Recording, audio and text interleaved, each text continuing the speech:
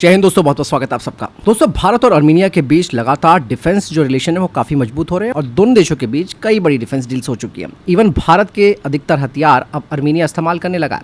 अब ऐसे में बात आती है, भाई आर्मीनिया के पास तो Su-30SM है और हमारे पास Sukhoi 30 MKI है। अब आर्मीनिया की नज़र है कि भैया उनके जो Su-30SM है उनमें अब अस्त्र मार्क 1 मिसाइल को लगाया जाए, क्योंकि ये एक दमदार मिसाइल है और साथ ही एक beyond visual range air to air missile है। अगर मैं आर्मीनिया की बात करूं तो उनके पास कम से कम 4 Su-30SM multi role fighter jets हैं, जिनमें कि वो इन मिसाइलों को लगाने की बात कर रहा है। एक्चुअल में अस्त्र मार्क 1, जैसे कि मैं आपको बता भी चुका हूं कि ये DRDO के द्वारा बनाई गई मिसाइल है। इसकी मारक क्षमता 110 किलोमीटर से ज़्यादा है और ये रशियन R-77 जिसकी रेंज 80 किलोमीटर के आसपास है, उससे काफ़ी एडवांस भी है और रेंज के मामले में भी ज़्यादा है। इवन दोस्तों, अस्त्र मार्क 1 में active radar homing, smokeless propulsion और इलेक्ट्रॉनिक काउंटर मेजर से लड़ने की एडवांस क्षमता भी है। यही वजह है कि इंडियन एयरफोर्स ने अपने Su-30 MKI में अस्त्र मार्क 1 को शामिल कर लिया है। हालांकि चलो ठीक है, हमने आर्मीनिया की बात मान ली कि भाई हम लगा देंगे आपके Su-30SM में इस अस्त्र मिसाइल को, लेकिन दोस्तों ये इतना आसान नहीं है।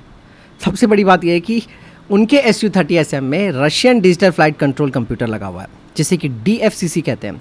ऐसे में अगर हम अस्त्र मिसाइल को इसमें जोड़ते हैं तो इसके लिए सबसे पहले हमें उनका ये जो DFCC है उसे बदलकर भारत और रूस के द्वारा जो मिलकर बनाया गया DFCC सिस्टम है वो लगाना पड़ेगा। और काफ़ी कॉम्प्लेक्स होता है इस तरीके की चीज़ों को करना, क्योंकि इसमें खर्चा भी ज़्यादा आता है, जिसमें कि आर्मीनिया को अपनी जेब हल्की करनी पड़ेगी। लेकिन एक चीज़ और है, आर्मीनिया के लिए तो उनके Su-30SM सबसे बड़ी ताकत है। 2020 में आर्मीनिया ने Su-30SM को रशिया से खरीदा था। और इवन दोस्तों, इसमें अगर अस्त्र मार्क 1 लग जाती है तो इस फाइटर जेट की हवाई युद्ध क्षमताओं में काफ़ी बड़ा सुधार हो जाएगा, क्योंकि अस्त्र मार्क 1 में ज़्यादा रेंज, बेहतर सटीकता और मॉडर्न इलेक्ट्रॉनिक वॉरफेयर क्षमताओं से मुकाबला करने की ताकत है। इवन दोस्तों, अस्त्र मार्क 2 पर भी चर्चा की जा रही है। आर्मीनिया चाहता है कि भैया आगे अस्त्र मार्क 2 को भी उसमें इंटीग्रेट किया जाए, जिसकी रेंज 160 किलोमीटर तक होगी।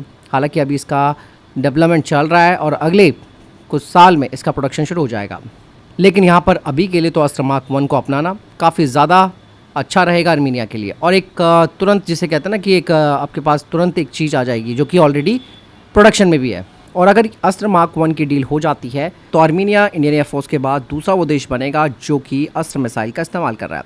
और इसे आप ये भी समझ सकते हैं कि किस तरीके से भारत की स्वदेशी रक्षा टेक्नोलॉजी पर लोग भरोसा कर रहे हैं। भारत आर्मीनिया के लिए एक भरोसेमंद डिफेंस सप्लायर के रूप में भी उभर रहा है। इवन दोस्तों, इसका एक और फ़ायदा ये मिलेगा कि जो भी देश Su-30 के ऑपरेटर्स हैं उन्हें भी एक भरोसेमंद हथियार मिल जाएगा, क्योंकि अन्य इसी कैटेगरी की मिसाइलों की तुलना में अस्त्र मार्क 1 सस्ती भी है और एक बेहतर ऑप्शन भी है और साथ ही साथ मारक क्षमता भी ज़बरदस्त है। भारत और आर्मीनिया के बीच दोस्तों जिस तरीके से ये बातचीत हो रही है वो दिखाता है कि भारत अब एक डिफेंस एक्सपोर्टर नेशन के रूप में आगे बढ़ रहा है। और इवन दोस्तों, इससे बड़ा फ़ायदा आर्मीनिया को ये भी मिलेगा अस्त्र मार्क 1 से, वो अजरबैजान के सैन्य ठिकाने और इवन उसे एक बहुत बड़ा झटका दे सकती है। फिलहाल दोस्तों, आपको इस बारे में क्या लगता है कमेंट सेक्शन में लिखकर जो बताइएगा। मिलता हूं नेक्स्ट वीडियो के साथ। जय हिंद, वंदे मातरम।